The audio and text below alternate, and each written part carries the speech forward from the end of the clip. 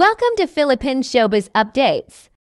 Tambalang Kathden, layag na layag sa social media. Maraming natuwa at kinilig sa video ng mga sweet moments ni Catherine Bernardo at Alden Richards.